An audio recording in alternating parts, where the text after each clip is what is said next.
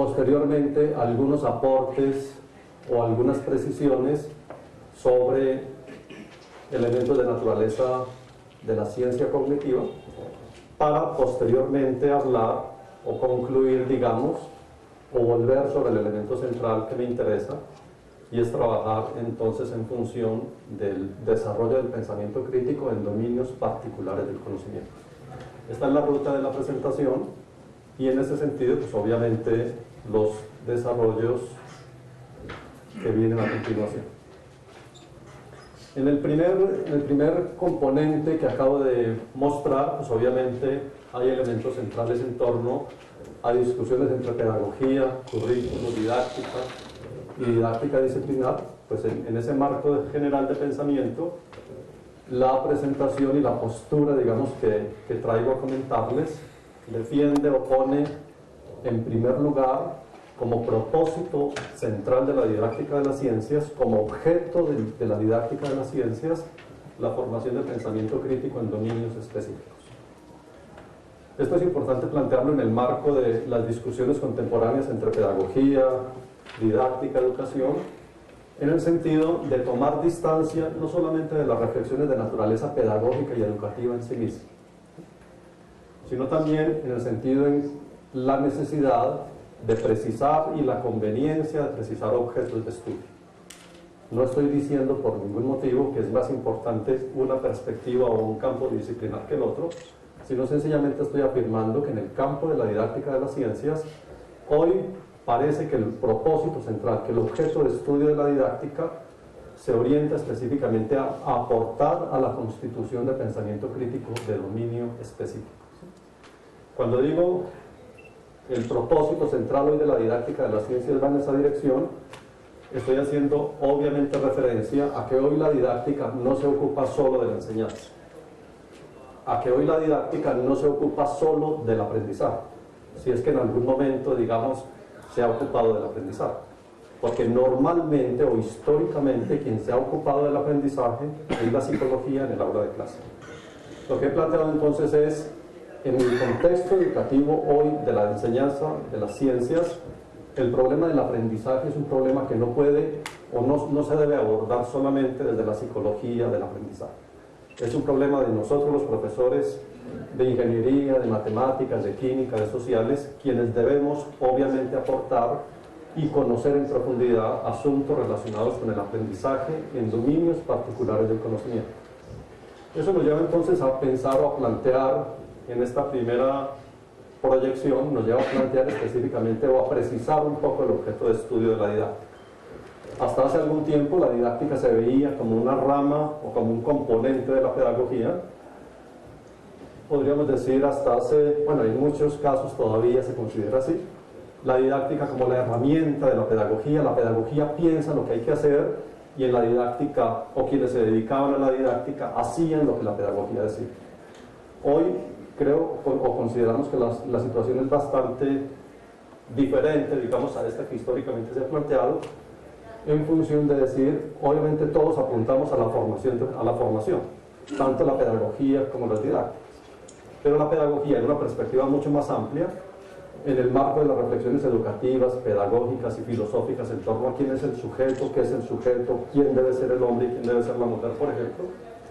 Y las didácticas de dominio específico se orientan específicamente a aportar a la formación de pensamiento crítico en dominios particulares. Ahí hay un campo de acción distinto para la didáctica, que obviamente tiene vínculos con las didácticas disciplinares, tensiones con la pedagogía y en términos generales, obviamente pues en el marco de la conferencia, pues todo está pensado en función de lo que aparece en la parte inferior de la proyección. Conceptualizar e investigar qué es esto de las didácticas de dominio particular y su relación con el pensamiento crítico. En esas tensiones, en este primer componente, obviamente podríamos considerar la pedagogía como ciencia, discurso, saber sobre cada uno de estos aspectos. Hay teóricos importantes, hay movimientos importantes a nivel nacional e internacional, quienes consideran la pedagogía como una praxis, quienes la consideran como un campo conceptual, quienes la consideran como un discurso de contextualización y recontextualización. O sea que podríamos hablar y pasar allí por muchos teóricos y por muchos paradigmas, y si me permiten la expresión, en el ámbito de la educación y de la pedagogía. Pero en términos generales podríamos apuntar a que en todos estos casos el propósito último es trabajar en función de la formación de los sujetos. Independiente de donde nos ubiquemos en el listado central, y seguramente podrá haber otras posibilidades, ¿sí? Pero para algunos la pedagogía se considera una narrativa y se ve desde ese lugar la acción específicamente del maestro y la incorporación de los saberes propios de la pedagogía. Si quisiera yo de alguna manera representar este primer asunto de la formación a manera de ilustración solamente, diríamos, dependiendo de la edad de los niños, las niñas o los jóvenes, dependiendo de la edad, obviamente hay un punto de partida, o más que un punto de partida, una intencionalidad en los primeros años de formación de niñas, niños y jóvenes en función del asunto de la formación de los sujetos, ¿sí? En función de formar hacia la paz, formar para la ciudadanía, formar al niño, formar a la niña, formar al joven, formar al ciudadano en términos genéricos, ¿sí? A manera de ilustración, entonces, lo que estoy planteando allí, solo pues quisiera que se interpretara en ese sentido la necesidad de que en los primeros años de formación el énfasis central se concentre específicamente en función de la formación de los sujetos. Y cuando digo en función de la formación, me refiero específicamente a aquel discurso en torno, discurso riguroso, discurso sólido, discurso con evidencia empírica si se quiere, pero además discurso que potencia a los sujetos en función del asunto entonces de la formación, ¿sí? Sabiendo y reconociendo que la formación no termina obviamente a los 15 años o a los 20 años, sino reconociendo que la formación es un asunto de toda la vida, ¿sí? Ubico entonces a la pedagogía y a su objeto de estudio en torno a la formación de los sujetos, y cuando digo formación, reitero, me refiero no a una formación desde conceptos generalistas o desde el sentido común entrecomillado, sino un concepto de formación en términos rigurosos, en términos ilustrados, con evidencia empírica en torno a sobre a qué es la formación, que incorpore desarrollos de discursos desde múltiples perspectivas, pero con un punto de llegada medianamente claro, más o menos claro, sobre la formación de los sujetos. Cuando me muevo hacia la didáctica, obviamente podríamos considerar también la didáctica como ciencia, como discurso, como saber.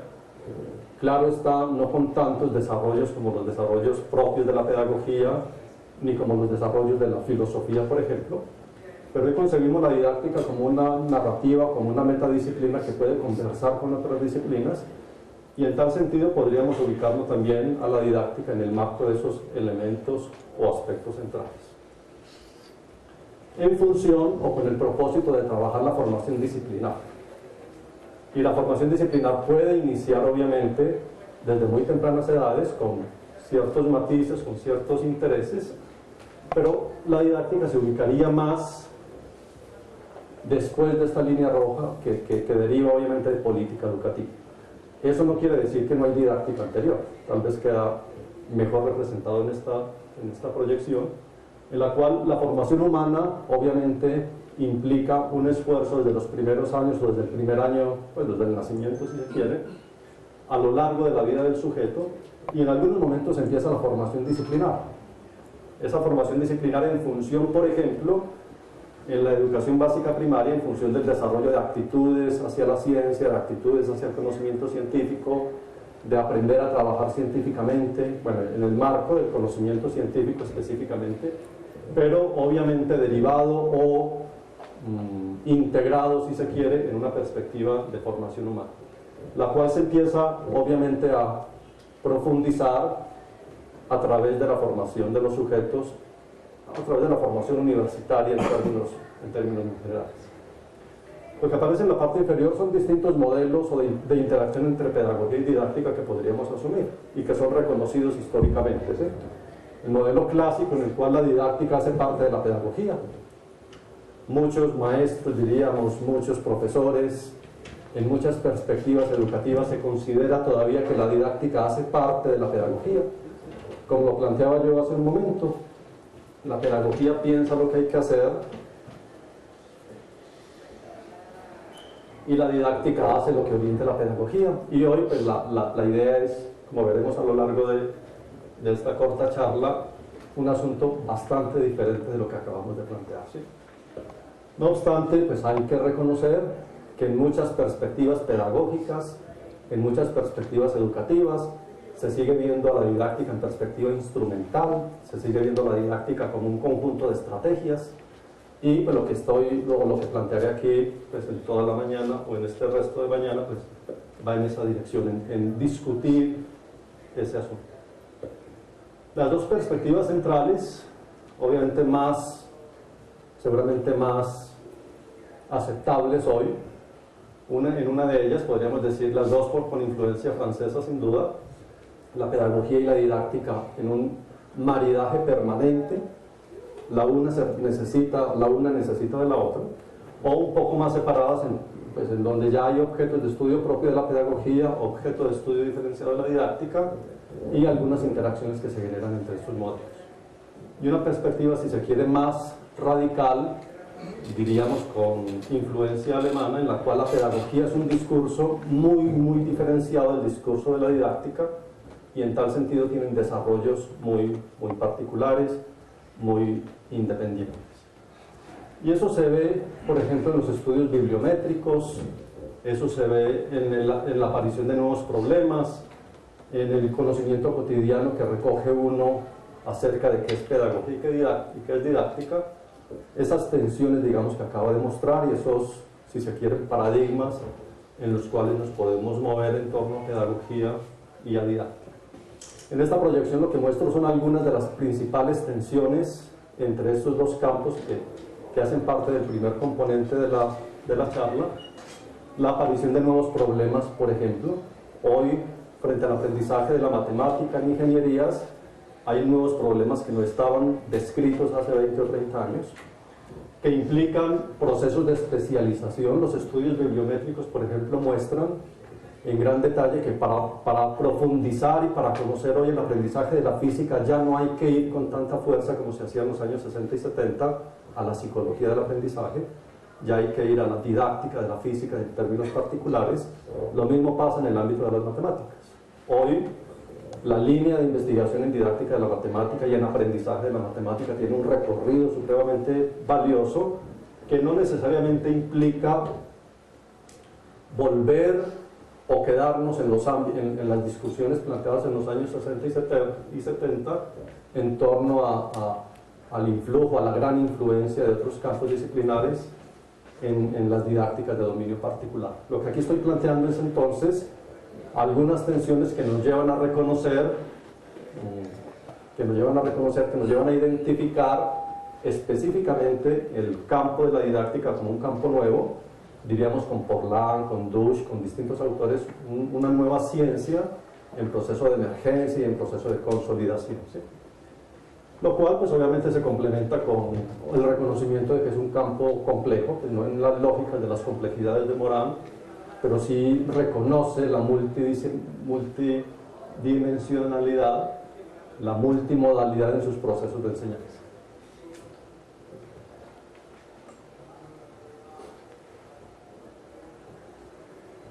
En términos generales podríamos ubicar una didáctica general, una didáctica común a muchas otras didácticas, constituida, lo que traigo aquí en la proyección como propuesta, es constituida al menos por tres campos disciplinares. Primero, no quiero decir que los maestros tengan que conocer de todo esto.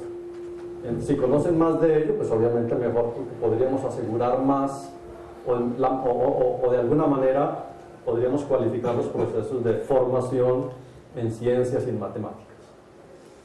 En el lado superior hay una influencia importante de las ciencias cognitivas. Si los maestros saben cómo funciona la memoria, seguramente podrán enseñar mejor. Si los maestros sabemos cómo utilizar el lenguaje y la semiótica en el aula, seguramente podemos enseñar mejor, ¿sí? Y lo mismo podríamos hacer en cada uno de esos elementos que constituyen el aporte de las ciencias cognitivas a la didáctica de las ciencias. En la parte superior izquierda hay un constructo interesante desde Schulman. En los años 86 y 87 empieza a hacer unas construcciones valiosas sobre el conocimiento pedagógico del contenido a enseñar y el conocimiento didáctico del contenido a enseñarse. Allá hay unos campos interesantes en función de reconocer el valor del conocimiento curricular para la enseñanza, el valor del conocimiento de la filosofía para la enseñanza, el valor del conocimiento de los estudiantes para la enseñanza, y así con cada uno de los aspectos que están en la parte superior izquierda. Obviamente el valor de los contenidos. No es posible enseñar algo si no conocemos en profundidad lo que enseñamos, ¿sí? Y eso invita, obviamente, como en el auditorio hay algunos participantes provenientes del seminario de ingeniería, obviamente eso invita a discutir ese postulado general que encuentra uno en las facultades de matemáticas o en los cursos de matemáticas por parte de los profesores de matemáticas, en función de poner en un primer plano, primerísimo plano, diríamos, el saber matemático. Esto pasa también en las otras ciencias, en otros campos como la química o la física. En muchos casos en nuestra universidad colombiana se considera que el profesor que sabe matemática en profundidad puede enseñar bien las matemáticas. O el profesor que sabe química tiene las habilidades para enseñar bien la química. Lo que aquí estoy planteando es una cosa totalmente contraria, ¿sí? No por saber bien las matemáticas enseñamos bien matemáticas. Hay una distancia supremamente grande entre la enseñanza, entre el conocimiento del campo conceptual y su enseñanza, y más aún su aprendizaje. O sea, allí hay campos en los cuales necesariamente tendremos que trabajar fuertemente en el ámbito de la Universidad Colombiana. Recuerdo hace tal vez 15 días que en El Espectador salía la conferencia de José Joaquín Brunner, donde decía el problema de la educación y el fracaso de la educación en Latinoamérica se debe específicamente a que los profesores, en buena parte ese fracaso, se debe a que los profesores universitarios que interactúan con jóvenes de 18 a 25 años, muy poco conocimiento tienen acerca de cómo aprenden los estudiantes lo que ellos están enseñando. Y eso es absolutamente dramático. Diríamos en términos radicales, si el profesor no sabe cómo aprende su estudiante lo que él está enseñando, no debería estar enseñando ese campo. Condición sine qua non para la buena enseñanza, para una buena didáctica, es que el profesor conozca el campo en profundidad, pero sepa cómo se aprende ese campo con los jóvenes que está interactuando. Y que sepa obviamente cómo enseñar bien el campo en el cual se está moviendo, ¿sí? En un trabajo de investigación que hicimos en la Universidad de Caldas con 150 profesores de licenciatura, de 8 licenciaturas, explorábamos qué sabían los profesores acerca de cómo aprendían los estudiantes la ciencia social, la matemática, la física, o la química, o la historia, o las sociales, y menos del 1% de los profesores sabe cómo se aprende lo que ellos enseñan. Si el profesor no sabe cómo se aprende lo que él enseña, está enseñando por ensayo y error. Y debemos tomar distancia hoy de la enseñanza por ensayo y por error, ¿sí? Hoy el maestro del Estado debe ir a la literatura, así como para enseñar química va al conocimiento químico en este caso, para enseñar química específicamente debe ir al conocimiento sobre la enseñanza de la química y el aprendizaje de la química, y doy un paso adelante, cómo se forma el pensamiento crítico en el dominio de la química, que es el propósito de la charla y hacia allí va. En la parte inferior, obviamente, aquí hay una ubicación epistemológica clara.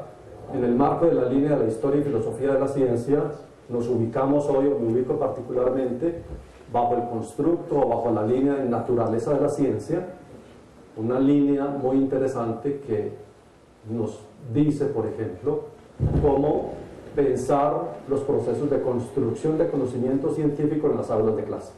A eso se refiere esta línea que aparece en la parte inferior, o ese campo que aparece en la parte inferior. Ya no nos interesa desde ese lugar cuáles son los paradigmas en torno a la ciencia, que esa es una reflexión de naturaleza epistemológica general. Allí nos interesa es cómo se construye el conocimiento en el aula de clase. Cómo los niños y las niñas discuten, interactúan, argumentan, contraargumentan, comunican el conocimiento científico que está en las aulas de clase. Ya no cómo se hace la sociología de la ciencia en términos habermasianos o kuhnianos, por ejemplo, sino cómo se vive la sociología de la ciencia en el aula de clase de cuarto, quinto de básica primaria, ¿sí? O cómo se construyen los conocimientos científicos por estas comunidades, o cómo se hace en términos, o cómo interactúan niños, niñas y jóvenes en aulas de clase. Esos tres campos, en gran medida, hoy aportan bastante a la didáctica de las ciencias, y desde allí pues invitamos a que nos acerquemos, digamos, a esos conocimientos. Cada uno de estos campos es absolutamente gigantesco. O sea, si recogemos algunos de los provenientes de las ciencias cognitivas y nos ubicamos en el ámbito de la semiótica y del lenguaje en el aula, pues ni qué decir del valor del uso, del buen uso de los lenguajes en las aulas de clase y de los múltiples sistemas representacionales en las aulas de clase y particularmente en las aulas de matemáticas, por ejemplo.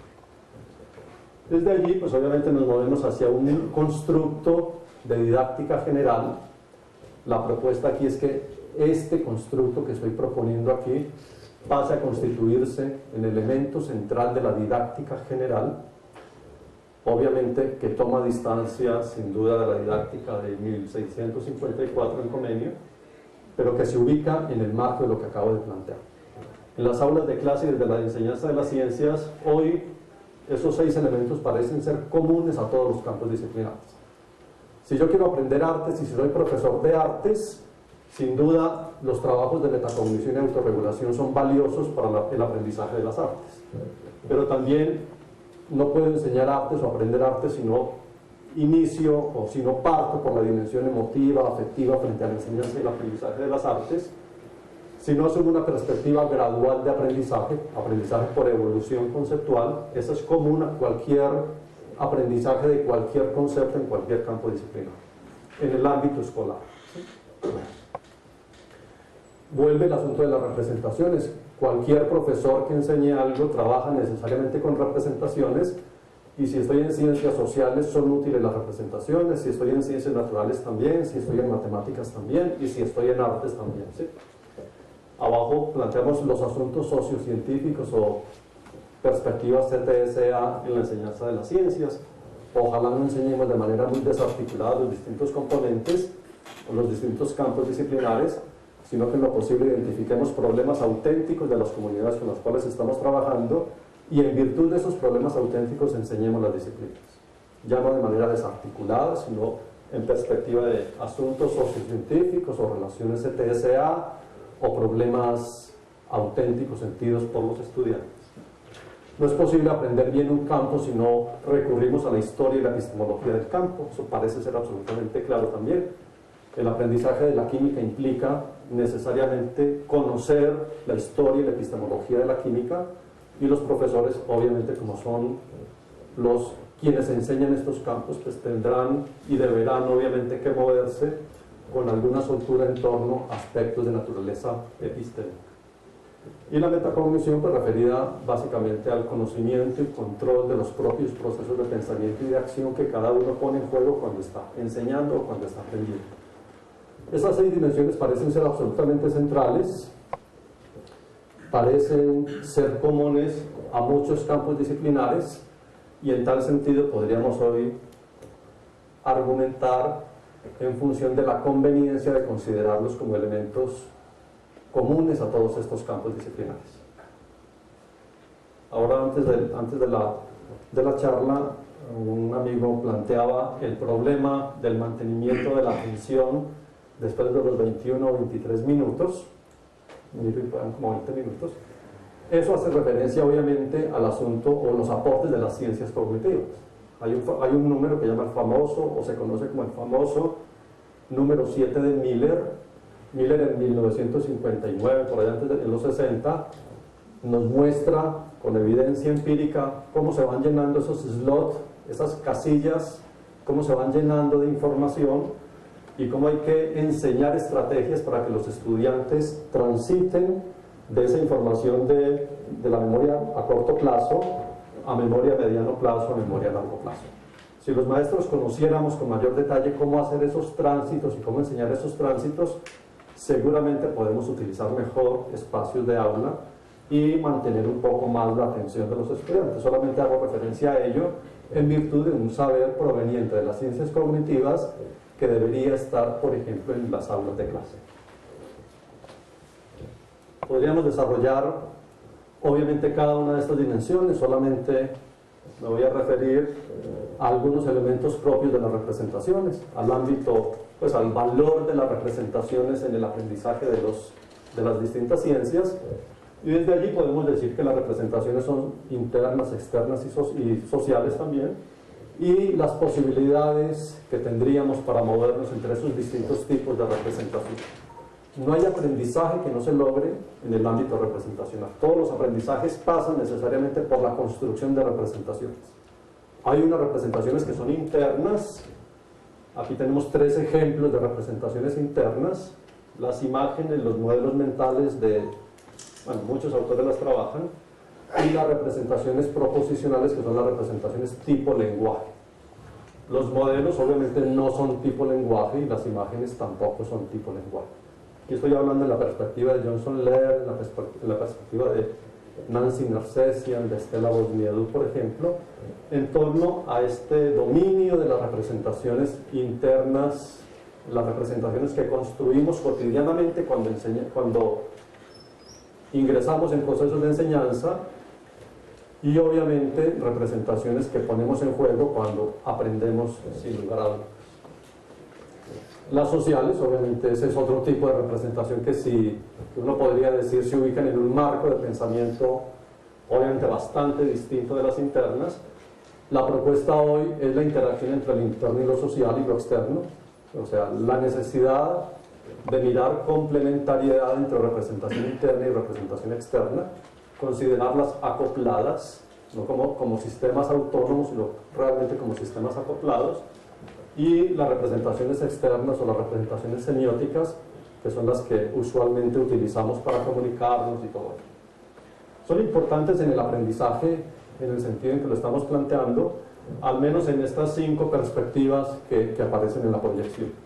La importancia, por ejemplo, de utilizar todo lo planteado arriba, el asunto de las representaciones, en función de definir y de resolver asuntos referidos de manera específica al conocimiento cotidiano y al conocimiento científico.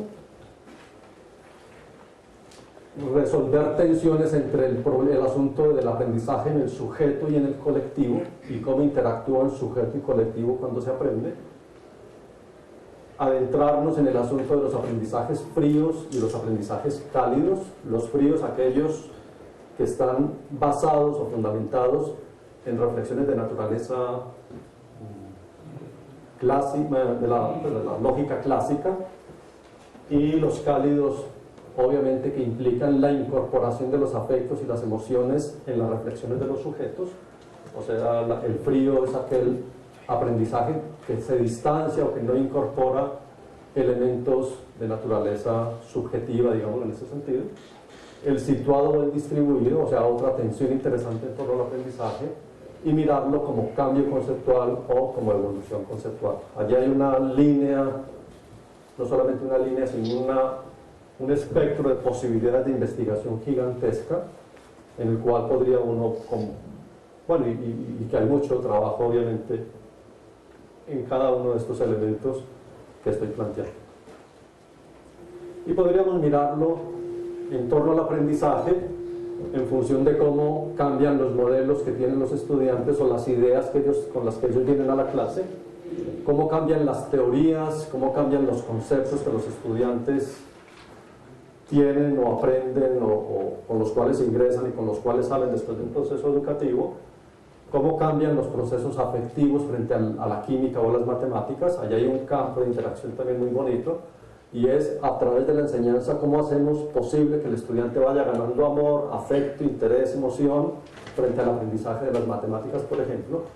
Sabemos que allá hay un cuello de botella en la enseñanza de las ciencias y las matemáticas, y desde esa perspectiva uno podría y debería, de hecho, trabajar en la lógica de incorporar con rigor procesos motivacionales, afectivos y, en términos generales, emotivos frente al aprendizaje, cómo evolucionan los lenguajes, cómo cambian los lenguajes en la medida en que el estudiante ingresa a un curso y a los 2 o 3 o 4 meses o después de una estructura curricular de 4 o 5 años, cómo va cambiando el uso del lenguaje a lo largo de los procesos de formación y en términos generales, pues los procesos, no solamente los procesos, sino los productos también del aprendizaje.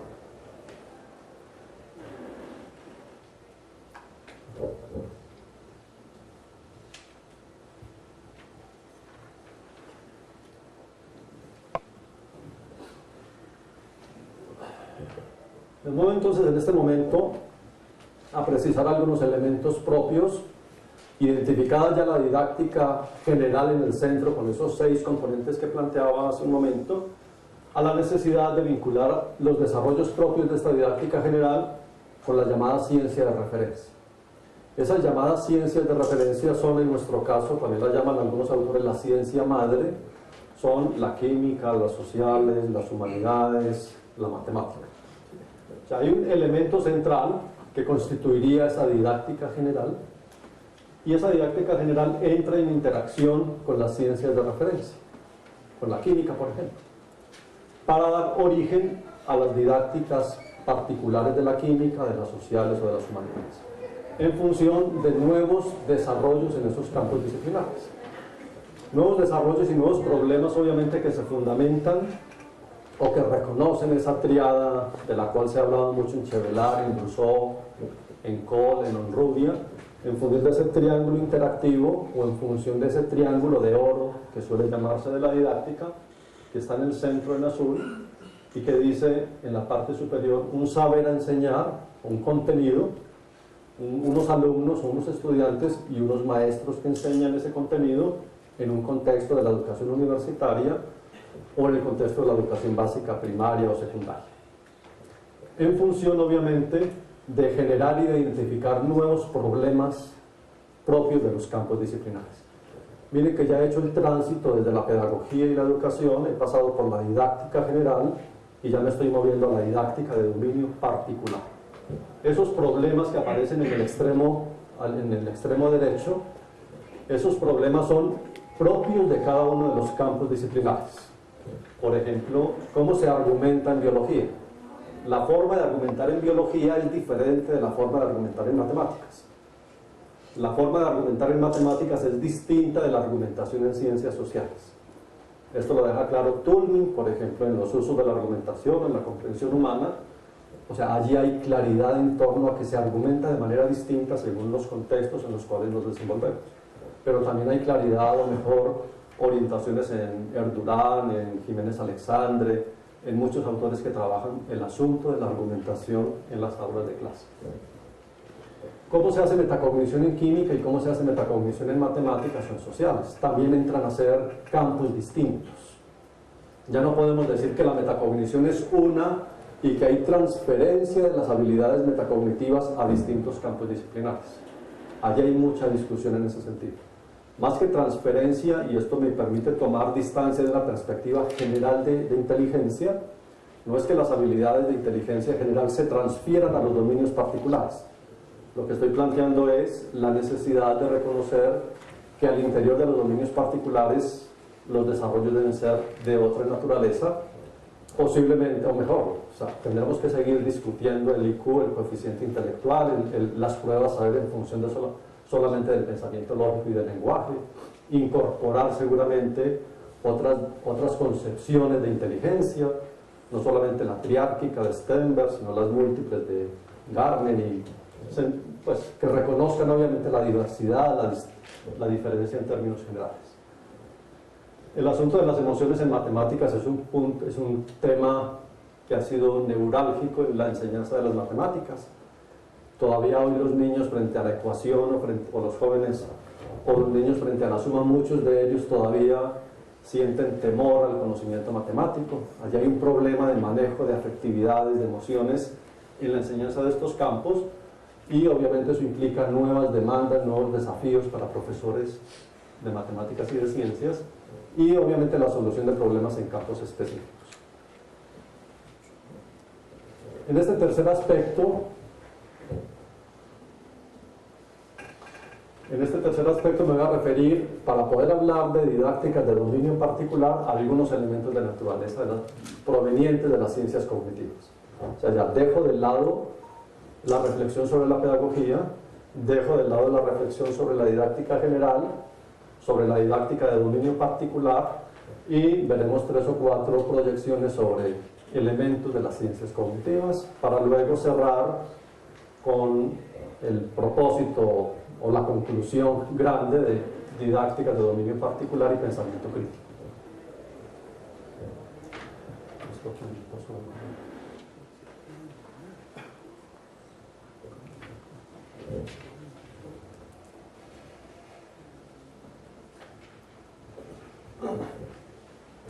En este caso, cuando hablamos de pensamiento, de modularidad, o sea, hay un vínculo claro entre modularidad mental, o sea, cuando la mente trabaja por módulos, o si en la mente hay distintos módulos especializados, por ejemplo, en el procesamiento de los números, en el procesamiento de las formas, en el procesamiento del lenguaje, en el procesamiento de la espacialidad, por ejemplo. Allá hay un campo interesante, muy discutido, con muchos autores a favor y otros en contra, pero en perspectiva general, lo que estaríamos planteando aquí es posiblemente o hipotéticamente la existencia de ciertos módulos, y frente a la existencia de esos módulos obviamente estaríamos planteando que si existen esos módulos, por ejemplo el módulo del procesamiento de los números, implica que tiene alguna relación con la enseñanza de las matemáticas o el concepto de número y con el aprendizaje del concepto de número. O sea, esto no, lo que estoy buscando allí es tratar de acercar narrativas distintas. La narrativa de la ciencia cognitiva, la narrativa de la didáctica y la narrativa de la didáctica particular y del campo específico que estamos enseñando. En esta perspectiva, entonces, allí hay una ruta desde en el ámbito del aprendizaje visual o de la visión en términos genéricos, desde los receptores en visión hasta corteza visual, hasta módulos que funcionan, o mejor, cómo funciona en términos generales la corteza visual en términos pues, muy amplios, ¿no? En este caso lo que muestro allí es la ubicación, el lóbulo occipital, la ubicación de ciertos, el asunto del quiasma óptico, cómo transita específicamente la percepción allí, la sensación. A partir de allí se ubica específicamente en el lóbulo occipital la localización específica de la visión, con las distintas áreas, las 1, 2, 3 o las áreas B1 a B8 que se plantean, ¿sí? Lo único que quiero decir aquí con estas transparencias es, hay lugares del cerebro en los cuales se procesa cierta información. O sea, no hay una perspectiva global, general, aunque es claro que si bien el área occipital es valiosa, pues pensamos en todo momento con todo el cerebro, pues no es volver a la frenología de los años 50 o 60, sino realmente reconocer que de alguna manera hay áreas y que esas áreas son sensibles a procesamiento, bien sea de la visión o bien sea procesamiento, pues en este caso visual también, y cómo se moviliza a otras regiones del cerebro, aspectos que han sido filogenéticamente demostrados. O sea, en distintas especies se sabe que esas partes del cerebro están especializadas en esos tipos de procesamiento. En este caso el visual, también en procesamientos, por ejemplo, lingüístico como el que aparece allí, no solamente en lo referido a la visión, sino también en lo referido específicamente al lenguaje y también a los números, ¿no?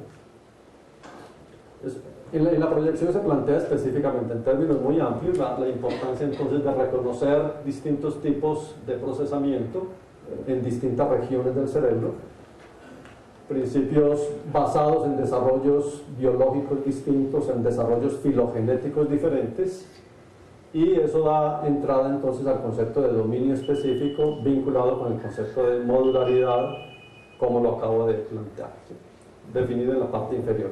¿A qué nos referimos con una mente modular? Una mente que puede pensar entonces dependiendo de los dominios o los campos en los cuales nos estemos ubicando. En términos de Karmilov-Smith y de autores que han trabajado en esta perspectiva, diríamos que frente a esos módulos hay al menos dos perspectivas de acercamiento: una perspectiva perceptual en el centro y una perspectiva conceptual. Y esas dos perspectivas son constituyentes entonces de los módulos en los cuales nos podamos, o los módulos que podamos reconocer. y nos lleva a hablar, en términos de estas mismas autoras, a lo que llaman ellas como los responsables, los módulos responsables de creencias intuitivas y los módulos responsables de creencias reflexivas, o lo que llaman ellos módulos meta-representacionales. Esto tiene sentido en la medida en que podemos reconocer que frente a lo que un estudiante trae al aula de clase, sobre ello construye nuevos conocimientos en un proceso de redescripción representacional. O sea que nosotros aprendemos a partir de lo que traemos, bien sea por complementación, por diferenciación, por encriptación de lo que se trae y lograr saber que eso no me sirve para los nuevos aprendizajes, de tal manera que estaríamos entonces hablando de ciertos módulos perceptuales y de ciertos módulos meta-representacionales cuando aprendemos a el valor entonces de pensar en una mente en esa dirección y obviamente pensar bajo el concepto de dominio y pues dominio cognitivo y dominio en términos vinculados con las enseñanzas particulares de la matemática, de la química o de las distintas ciencias. Es importante reconocer que los dominios no son semánticos, no son guiones. Los guiones de Shank y Abel no son asuntos proposicionales, sino que son de naturaleza diferente. Esos aprendizajes entonces en dominios específicos y posiblemente vinculados con el concepto de módulo, obviamente tienen valor en los procesos de categorización. O sea, cuando yo utilizo procesos de categorización en matemáticas, en ciencias naturales, en química, allí hay un valor importante de reconocimiento de los procesos perceptuales, la codificación, la evocación, la categorización en los campos particulares del conocimiento. O sea que una cosa es la categorización en matemáticas y otra es la categorización en ciencias sociales, por ejemplo. Y cada una de ellas podría responder, al menos hipotéticamente, a la existencia de módulos para el procesamiento de los números, módulos para otros tipos de pensamientos y dominios en términos diferentes. Estos son los tres módulos sobre los cuales hay más o menos acuerdo en la comunidad científica para el procesamiento de los números con alguna característica, para el lenguaje y para los objetos físicos.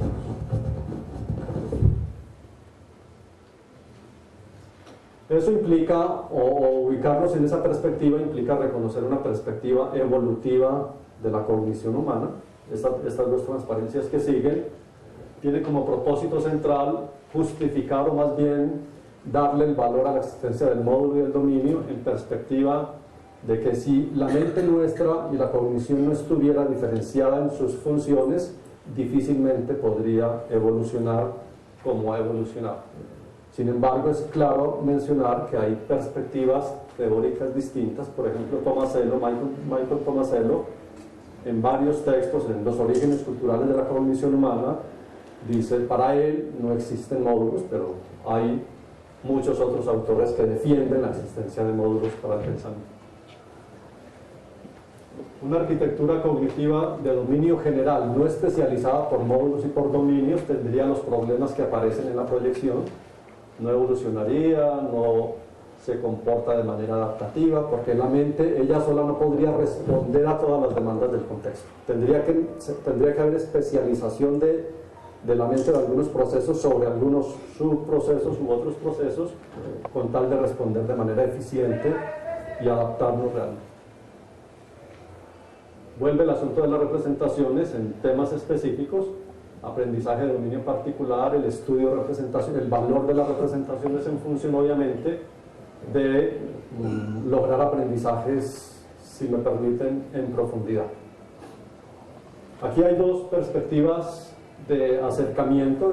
La de arriba podríamos llamarla la del profesor Nobel o profesor ingenuo, en el cual considera él que él enseña y en consecuencia el estudiante aprende. No sabemos qué pasa en medio, pero el profesor que recién sale de la licenciatura y el que lleva muchos años en la licenciatura o en la enseñanza pero no ha reflexionado acerca de ella, considera que naturalmente él enseña y en consecuencia los estudiantes deben aprender o aprenderán pues causalmente, ¿sí? No sabemos qué pasa en medio. La propuesta es conocer, explorar qué pasa en medio. O sea, todo el movimiento hoy de la didáctica se ubica en esos lugares. No solamente mirar el estado inicial y el estado final, sino también saber qué está pasando en la mitad. Y cuando digo qué pasa en la mitad, obviamente hacer reflexiones en torno a cómo se enseña, cómo se aprende, y pues avanzando un poco, cómo generar pensamiento crítico en estos dominios específicos.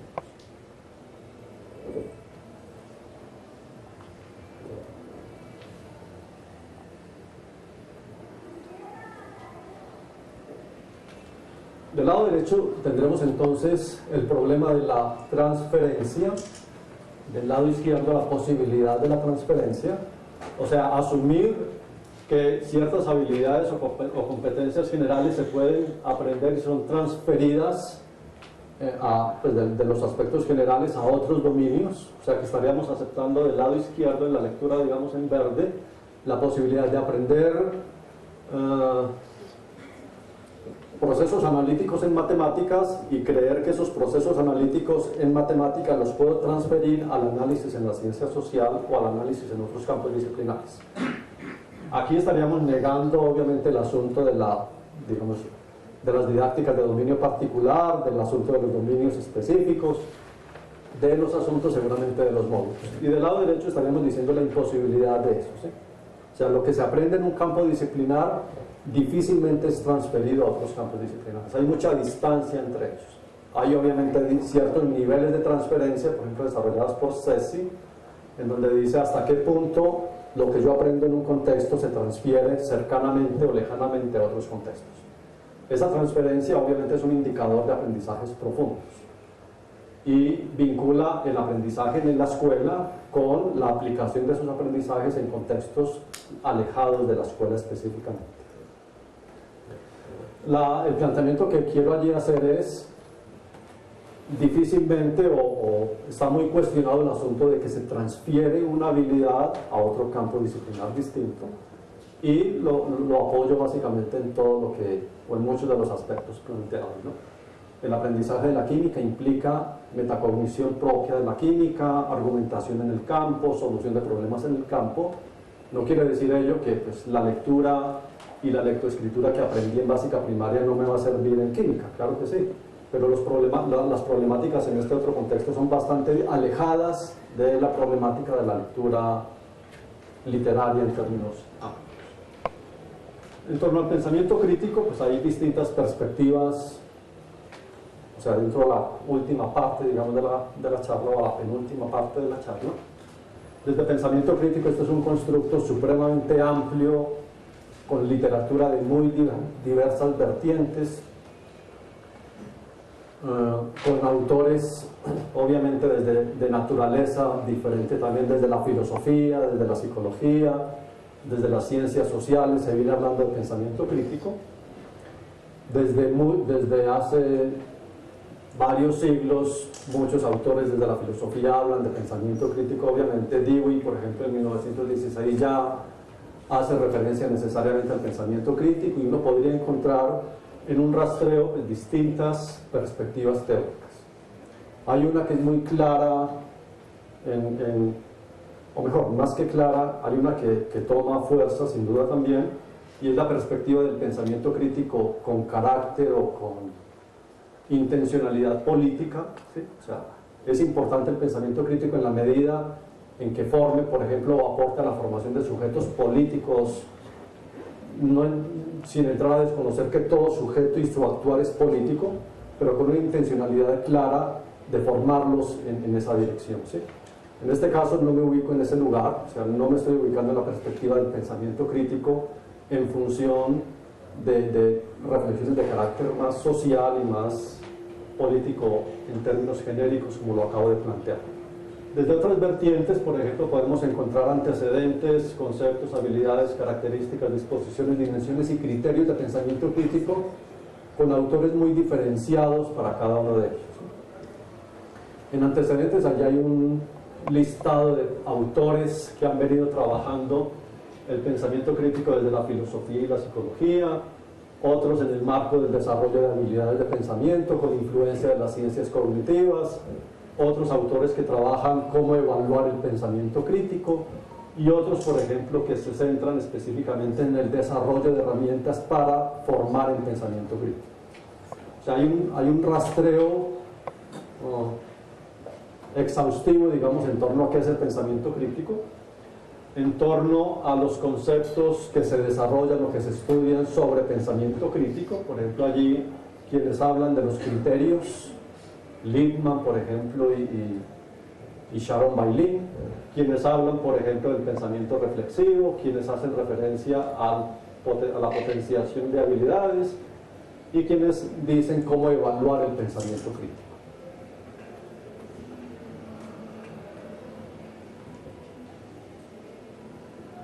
Desde la perspectiva de las habilidades, algunos autores definen cuáles son las habilidades más importantes del pensador crítico: el análisis, la metacognición, la inferencia, la explicación, distintas perspectivas, y aquí me estoy refiriendo a Paul, por ejemplo, y a Fazione, que trabajan el problema de qué es pensamiento crítico y qué es una habilidad de pensamiento crítico. Desde las características y disposiciones con influencia importante de las ciencias cognitivas o de la psicología, hablamos con Ennis y con Paul, por ejemplo, de identificar conclusiones, razones y premisas como algunos elementos centrales del pensamiento crítico desde Paul, y Ennis, juzgar la calidad de los argumentos, tener fe en la razón. Miren la diferencia de marcos conceptuales cuando hablamos de pensamiento crítico. Cada uno está hablando desde un lugar distinto, o bien desde habilidades, o bien desde disposiciones, o bien desde criterios, o bien desde evaluación, y eso lleva obviamente a que el campo sea altamente complejo y que la literatura sin duda sea demasiado. Fazione fue encargado por una comisión, si mal no recuerdo, europea, para reunir a 48, 50 investigadores internacionales sobre pensamiento crítico y a tratar de ponerlos de acuerdo. O sea, esto aparece como el informe del 2007 de Fazione, y allí pues hay unos elementos centrales a los cuales el grupo este de expertos llega más o menos a acuerdos, ¿no? Flexibilidad al considerar alternativas, prudencia al postergar y realizar juicios. Bueno, hay elementos que tienen como finalidad en este caso aspectos como de buscar cierta coherencia interna en la comunidad que trabaja sobre pensamiento crítico. Esta autora Bailin me parece que tiene aportes muy interesantes que toman distancia del pensamiento crítico desde la psicología y de las ciencias cognitivas, y que ubica el pensamiento crítico en otro lugar, en el lugar de los criterios. ¿Cuáles son los criterios centrales para pensar críticamente? Me parece que aquí hay un aporte valioso. Enfatiza más en las razones que en las reglas, la razonabilidad tolminiana, por ejemplo, preferir herramientas conceptuales que procedimentales, no ceñirnos a la norma, sino pensar básicamente en procedimientos, establecer relaciones, encontrar relaciones entre teoría y práctica, reconocimiento del contexto, elementos o aspectos que no habían sido señalados de manera tan directa por los autores provenientes ni de la filosofía ni de las ciencias cognitivas. Bueno, otras, desde Villarini, otras perspectivas teóricas. Y hay una autora muy interesante, una autora, Alla Madi, que hace una representación en su tesis doctoral en Glasgow, una representación interesante sobre dónde ubica el pensamiento crítico y dónde ubica el pensamiento científico, el pensamiento creativo, ¿sí? Allí podríamos claramente identificar el lugar en el que pone el pensamiento crítico, ¿sí? No tiene nada que ver, o para ella poco tiene que ver con el trabajo experimental, por ejemplo.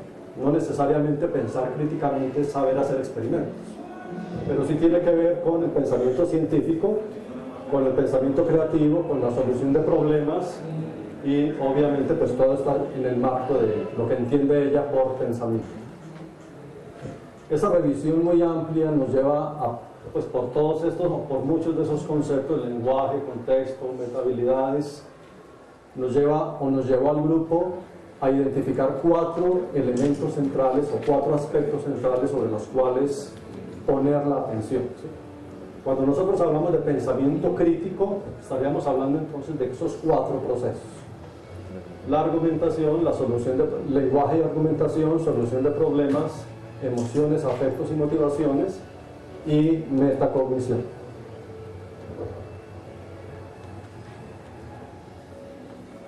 Y desde allí investigamos el pensamiento crítico en niñas, niños y jóvenes. Paso a la última parte, que es mostrar algunos resultados muy rápidos de investigación de lo que venimos realizando. En este caso, entonces, decimos hay un pensamiento crítico general del lado izquierdo, una didáctica general del lado derecho. Al interior de la didáctica general, diferenciándose de ella, una didáctica de dominio específica, y al lado izquierdo un pensamiento crítico de dominio específico. O sea, empiezo a hacer la síntesis de todo lo que he planteado a lo largo de la charla, ¿sí? En función del estudio de esas 4 dimensiones: la argumentación, la solución de problemas, la metacognición y las emociones. Y en este caso voy a mostrar de manera con 4 transparencias nomás, voy a mostrar cómo modelizamos el pensamiento crítico en niños a partir de la enseñanza de las ciencias, en ciencias naturales. Hicimos un trabajo cualitativo desde 3 categorías principalmente, no incluimos allí motivación. Trabajamos cualitativamente con una muestra supremamente grande, 2.200 niños, 63 profesores y 56 instituciones educativas públicas de Manizales, niños de 4º y 5º grado. Este fue el diseño, en este caso, de investigación que seguimos. Propusimos 10 talleres que desarrollan pensamiento crítico o que potencialmente desarrollarían pensamiento crítico. Con los talleres 2 o 3, los primeros talleres, identificamos el momento 1, lo llamamos momento 1, los talleres del intermedio, el momento 2 y el momento 3. En cada momento hicimos un análisis integrado de solución de problemas, argumentación y metacognición, y esos 3 análisis nos llevan entonces a tratar de comprender cómo piensan críticamente los niños de 4º y 5º grado en el dominio de las ciencias naturales. Las actividades o los talleres estaban constituidos por problemas que los niños resolvían en las aulas de clase a través del trabajo experimental o del grupo o de interacción grupal o individual, con preguntas y actividades que ellos experimentaron durante unos 3 meses y que en cada momento hacían experimentos distintos o trabajo de aula diferente.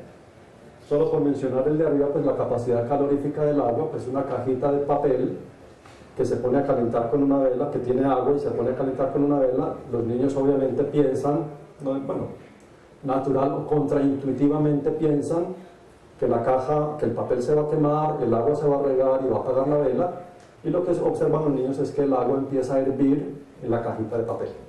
O sea, experiencias como esas, acompañadas de reflexión metacognitiva, de argumentación, de solución de problemas, durante 3 meses de intervención. Y pues básicamente voy a mostrar grosso modo los resultados, casi que las conclusiones en cada categoría. En este caso observamos en argumentación, me devuelvo, avanzo un poco y luego me devuelvo.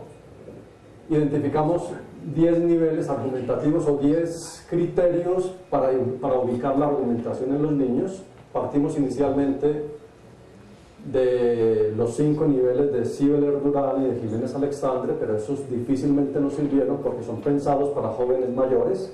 Nosotros, trabajando con niños de 10, 11 años, tuvimos que inventarnos esta secuencia de complejización del proceso argumentativo. En el nivel 1, los niños que describen el fenómeno, pues para muchos eso no es argumentación, pero nosotros lo ponemos como un primer momento. En el nivel 2, los niños que identifican los datos de la situación presentada, y así gradualmente cada nivel va recogiendo los niveles anteriores. Lo que observamos es el nivel 3, que condensa, pues aquí hay 3B de la parte superior, pero básicamente en ese nivel 3 fue en el nivel en el que observamos los mayores cambios en los niños, que hacen referencia específicamente a los niños que pueden identificar los datos, que relacionan los datos con la conclusión y una justificación. O sea, es el modelo argumentativo que tienen los niños con los cuales trabajamos, identifican datos, vinculan el dato con la conclusión y justifican lo que están observando. Ese es el nivel argumentativo que tienen los niños en nuestro caso. En metacognición, a través de un análisis cualitativo apoyado en Atlas TI, hacemos un análisis de oraciones con contenido lógico, siguiendo un análisis básicamente de contenido de Bardeen, y allí identificamos los principales aspectos metacognitivos identificados en los niños. O sea, los niños específicamente se refieren a, como metacognición, condición de certeza, estar seguros de lo que están planteando, siguen la norma, aquí en el centro, se centran en saberes de naturaleza conceptual, el tipo de conocimiento conceptual, y en la derecha hacen planes macro para resolver los problemas a los cuales invita cada una de las actividades. En el nivel 3, pues más o menos se mantiene lo mismo, pero es el tipo de análisis que realizamos en este caso del discurso de los estudiantes. En solución de problemas, identificamos estos 5 momentos en la solución de problemas, los problemas planteados, con la caracterización de cada uno de estos problemas y obviamente el momento o el tipo de problema más, o el nivel más empleado por los estudiantes, el nivel 3, ¿no? Bueno, que está en la parte, que estaría en la parte... El nivel 3 identifican una o dos variables, en este sentido, bueno, y relacionan esas dos variables no necesariamente de manera adecuada. Pasando entonces por esos 3 componentes, por esos 3 elementos, solución de problemas, argumentación y metacognición, lo que vemos en los niños es, en torno a la solución de problemas, la no relación entre variables y la identificación de variables, pero no la relacionan de manera adecuada. En metacognición, el seguimiento de la norma, el trabajo en grupos, valoran el trabajo en grupos y la realización de planes macro, no planes micro o planes atómicos, como podría decir alguien, en función de resolver el problema planteado. Y en argumentación, un modelo argumentativo que identifica datos, conclusión y justificación, el uso o la identificación de datos, identificación de conclusión y uso de conectores y un lenguaje obviamente un poco más refinado. Estos 3 componentes entonces incorporan o integran los elementos o los aspectos referidos a pensamiento crítico que he venido trabajando, ¿no? O sea, cómo se argumenta, cómo se resuelven problemas y cómo se hace reflexión metacognitiva en ciencias. También investigamos el pensamiento crítico de los profesores. No sería lógico pensar, o mejor sería complementario pensar el pensamiento crítico de los niños, pero también nos interesó el pensamiento crítico de los profesores y para ello hicimos preguntas como las planteadas en la proyección. ¿Qué entiende por pensamiento crítico? ¿Qué importancia le da el pensamiento crítico? Y esto nos lleva a un análisis en el cual el pensamiento de los profesores prioriza esos 3 aspectos. De naturaleza motivacional, el asunto de la indagación en el aula y el asunto del conocimiento desde el contexto. Esos 3 aspectos son los que los profesores destacan más en torno a lo que entienden ellos por pensamiento crítico. A partir de allí, o más que a partir de allí, en otro proyecto de investigación, en otro proyecto de investigación lo que planteamos es, desde las 4 categorías, investigar el pensamiento crítico en química y en física en estudiantes de básica secundaria. Esto es un trabajo extenso que estamos haciendo con otras universidades en función de identificar, de modelizar el pensamiento de los estudiantes, identificar los modelos, diseñar unidades didácticas en función de esos 4 componentes y mirar cómo se caracteriza el pensamiento crítico en química y en física para establecer algunas distancias y luego seguramente cruzarlo con otros campos disciplinares. A nivel de conclusiones en términos muy amplios, pues estaríamos planteando la conveniencia de mirar y de aceptar la perspectiva investigativa y conceptual que estoy presentando, las relaciones entre esos conceptos de especificidad de dominio, ciencias cognitivas y didácticas de dominio específico, ¿será coherente o no? ¿Hasta qué punto lo vemos valioso? El aprendizaje en un dominio específico de las ciencias, ¿en qué se diferencia del aprendizaje en otros dominios del conocimiento? Más que conclusiones, lo que planteo son aperturas nuevas, preguntas nuevas, inquietudes que nos generan todos estos procesos de investigación. La relación con el neuroaprendizaje y el dominio específico. Se aplican los conceptos de módulo y modularidad al aprendizaje de campos específicos del conocimiento.